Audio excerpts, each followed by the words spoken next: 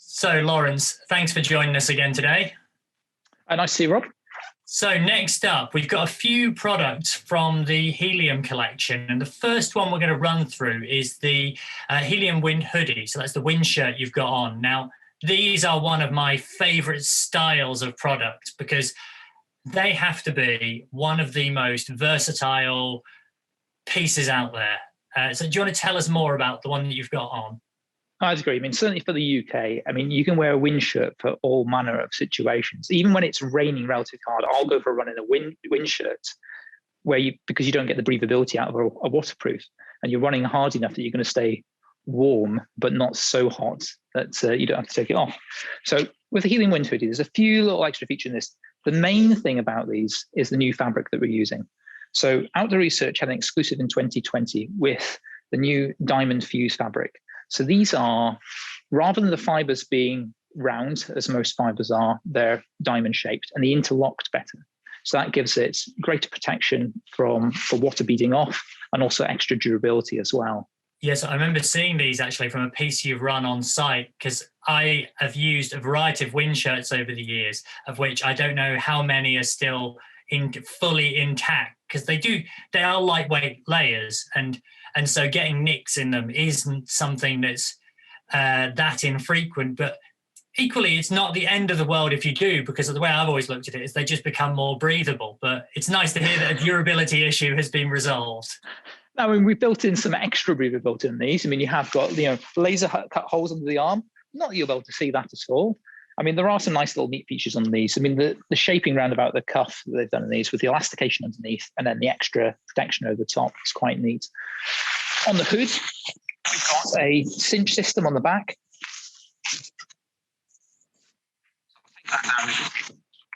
The sound in here, but that's quite a clever little feature they've built in there as well. And chest pocket. Single chest pocket there. And as usual, reversible, so you can actually put the product away inside it, hang it off a carabiner off the back of your rack if you want to. That's great. I'm always a little biased on that front, but it always drives me crazy when they come with a separate stuff sack, which you inevitably end up losing or misplacing somewhere.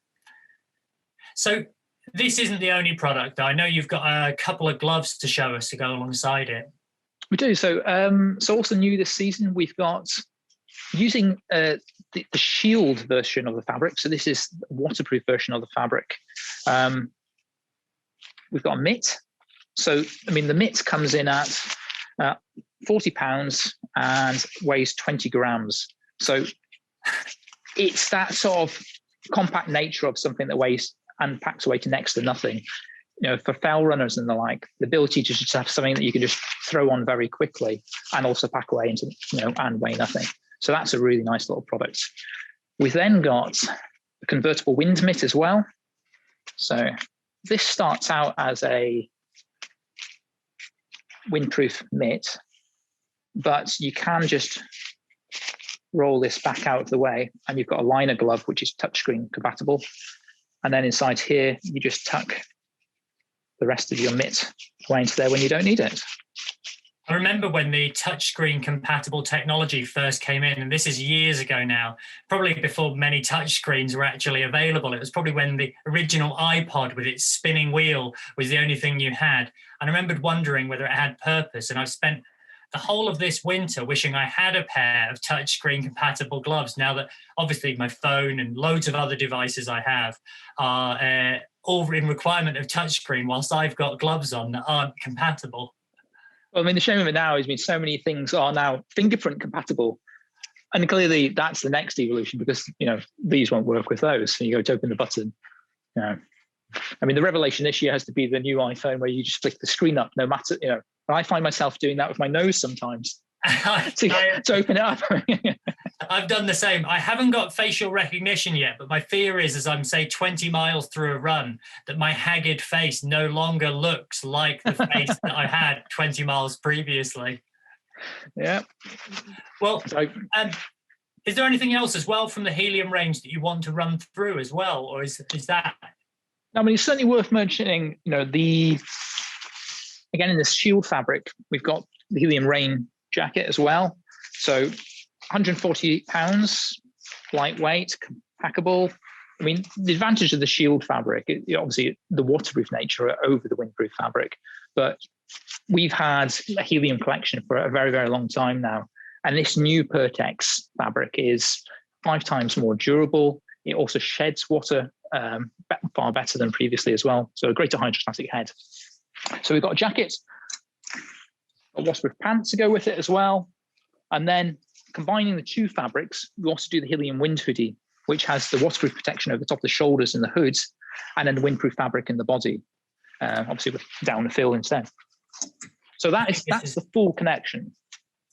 I think the down hoodie actually was the one that my colleague Theo both reviewed and made a film for, and he really got on with it throughout the sort of winter months, I think, because it's a good blend of like features, isn't it, in terms of its weight and its functionality. As a result of that, it's kind of one of those jackets you can kind of put on in a wide variety of seasons, both from sort of almost late summer, autumn through the way to sort of late spring, early summer.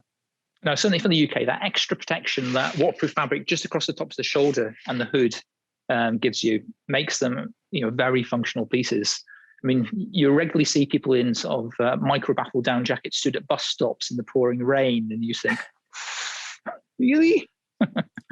We've just got too wet a climate for them in a way, haven't we? Hey, well, thanks for taking us through all that, Lawrence. It's been really good to see, and hopefully we'll have a variety of those products into review within the very near future. All right. Thanks for your time, Rob. Take care. Cheers. Cheers.